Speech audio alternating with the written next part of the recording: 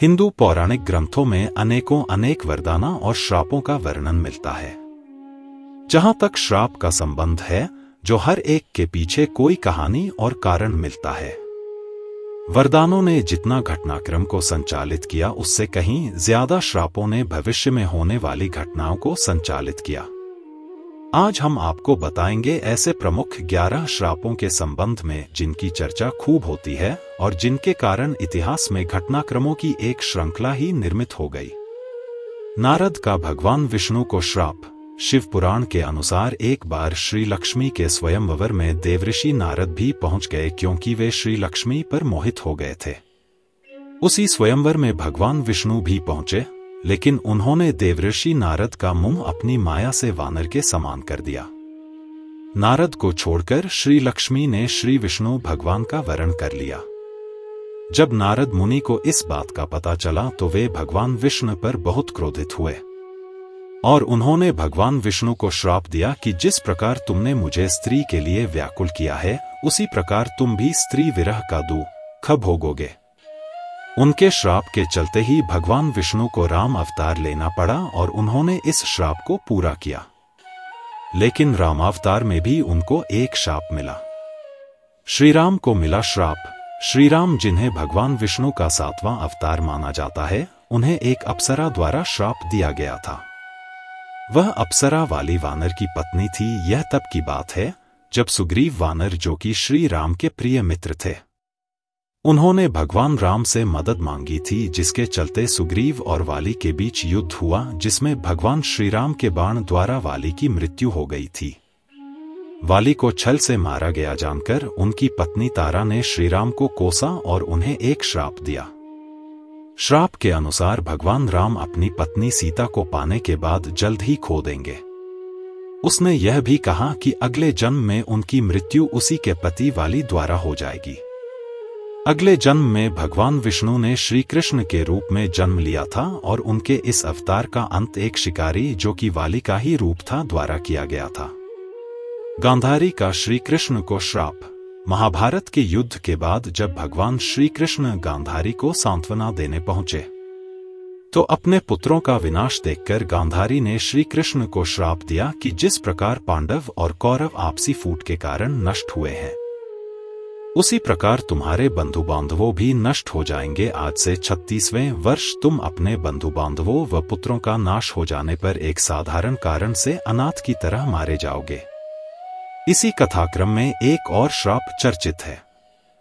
महाभारत के मौसल पर्व के अनुसार एक बार महर्षि विश्वामित्र, कण्व आदि ऋषि द्वारका गए। तब उन ऋषियों का परिहास करने के उद्देश्य से सारण आदि वीर कृष्ण पुत्र साम को स्त्री वेश में उनके पास ले गए और पूछा कि इस स्त्री के गर्भ से क्या उत्पन्न होगा।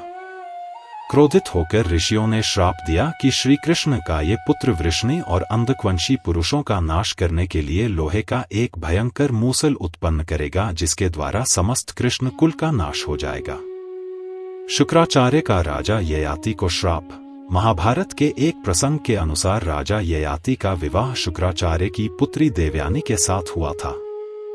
देवयानी की शर्मिष्ठा नाम की एक दासी थी।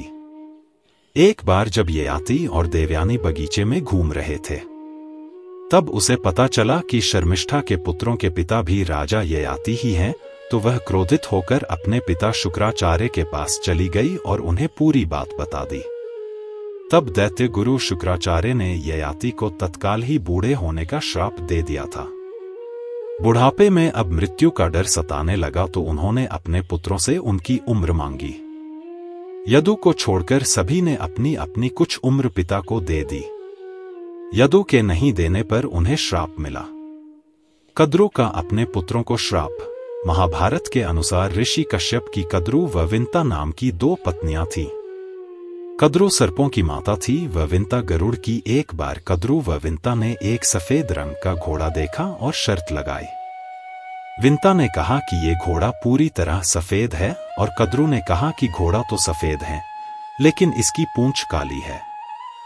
कद्रु ने अपनी बात को सही साबित करने के लिए अपने सर्प पुत्रों से कहा कि तुम सभी सूक्ष्म रूप में जाकर घोड़े की पूंछ से चिपक जाओ, जिससे उसकी पूंछ काली दिखाई दे और मैं शर्त जीत जाऊं। कुछ सर्पों ने कद्रू की बात नहीं मानी। तब कद्रू ने अपने उन पुत्रों को श्राप दिया कि तुम सभी जन्मजय के सर्प यज्ञ में भस्म हो जाओगे। नंदी का रावण को श्राप। वाल्मीकि रामायण के अनुसार एक बार रावण भगवान शंकर से मिलने कैलाश गया। वहां उसने नंदी जी को देखकर उनके स्वरूप की हंसी उड़ाई और उन्हें वानर के समान मुख वाला कहा। तब नंदी जी ने रावण को श्राप दिया कि वानरों के कारण ही तेरा सर्वनाश होगा। तुलसी का भगवान विष्णु को श्राप। शिव पुराण के अनुसार शंखचूड़ नाम का एक राक्षस था। उसकी पत्नी का नाम तुलसी था। तुलसी पतिव्रता थी, जिसके कारण देवता भी शंखचूड़ का वध करने में असमर्थ थे। देवताओं के उद्धार के लिए भगवान विष्णु ने शंखचूड़ का रूप लेकर तुलसी का शील भंग कर दिया। तब भगवान शंकर ने शंखचूड़ का वध कर दिया। यह बात जब तुलसी को पता चली तो उसने भगवान विष्णु को पत्थर हो जाने का श्राप दिया। इसी श्राप के कारण भगवान विष्णु की पूजा शालिग्राम शिला के रूप में की जाती है। श्रृंगी ऋषि का परीक्षित को श्राप। पांडवों के स्वर्गारोहण के बाद अभिमन्यु के पुत्र परीक्षित ने शासन किया।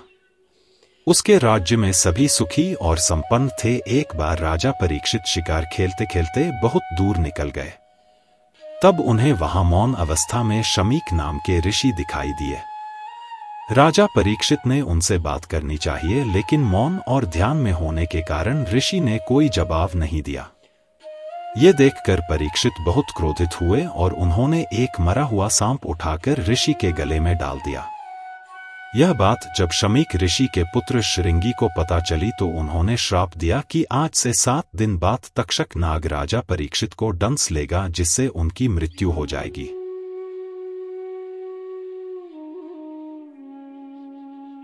महर्षि वशिष्ठ का वसुओं को श्राप। महाभारत के अनुसार भीष्म पितामह पूर्व जन्म में अष्टवसुओं में से एक थे। एक बार इन अष्टवसुओं ने ऋषि वशिष्ठ की गाय का बलपूर्वक अपहरण कर लिया। जब ऋषि को इस बात का पता चला तो उन्होंने अष्टवसुओं को श्राप दिया कि तुम 8वें वसुओं को मृत्यु लोक में मानव रूप में जन्म लेना होगा और 8वें वसु को राज, स्त्री आदि सुखों की प्राप्ति नहीं होगी। यही 8वें वसु भीष्म पितामह थे। ब्राह्मण दंपत्ति का राजा दशरथ को श्राप। वाल्मीकि रामायण के अनुसार एक बार जब राजा दशरथ शिकार करने वन में गए तो गलती से उन्होंने एक पितृमात्र भक्त श्रवण कुमार का वध कर दिया। ब्राह्मण दंपत्ति का राजा दशरथ को श्राप। वाल्मीकि रामायण के अनुसार एक बार जब राजा दशरथ शिकार करने वन में गए तो गलती से उन्होंने एक पितृमात्र भक्त श्रवण कुमार का वध कर दिया। उस श्रवण कुमार के माता पिता अंधे थे। जब उन्हें अपने पुत्र की मृत्यु का समाचार मिला तो उन्होंने राजा दशरथ को श्राप दिया कि जिस प्रकार हम पुत्र वियोग में अपने प्राणों का त्याग कर रहे हैं, उसी प्रकार तुम्हारी मृत्यु भी पुत्र वियोग के कारण ही होगी। श्री कृष्ण का अश्वत्थामा को श्राप। महाभारत युद्ध के अंत समय में जब अश्वत्थामा ने धोखे से पांडव पुत्रों का वध कर दिया, तब पांडव भगवान श्री कृष्ण के साथ अश्वत्थामा का पीछा करते हुए महर्षि वेदव्यास के आश्रम तक पहुंच गए। तब अश्वत्थामा ने पांडवों पर ब्रह्मास्त्र का वार किया। ये देख अर्जुन ने भी अपना ब्रह्मास्त्र छोड़ा। महर्षि व्यास ने दोनों अस्त्रों को टकराने से रोक लिया और अश्वत्थामा और अर्जुन से अपने अपने ब्रह्मास्त्र वापस लेने को कहा। तब अर्जुन ने अपना ब्रह्मास्त्र वापस ले लिया, लेकिन अश्वत्थामा ये विद्या नहीं जानता था, इसलिए उसने अपने अस्त्र की दिशा बदलकर अभिमन्यु की पत्नी उत्तरा के गर्भ की ओर कर दी। यह देख भगवान श्री कृष्ण ने अश्वत्थामा को श्राप दिया कि तुम 3000 वर्ष तक इस पृथ्वी पर भटकते रहोगे और किसी भी जगह किसी पुरुष के साथ तुम्हारी बातचीत नहीं हो सकेगी। तुम्हारे शरीर से पीप और लहू की गंध निकलेगी, इसलिए तुम मनुष्यों के बीच नहीं रह सकोगे, दुर्गम वन में ही पड़े रहोगे। हिंदू पौराणिक ग्रंथों में मिलते हैं ये 11 प्रमुख श्राप। धन्यवाद।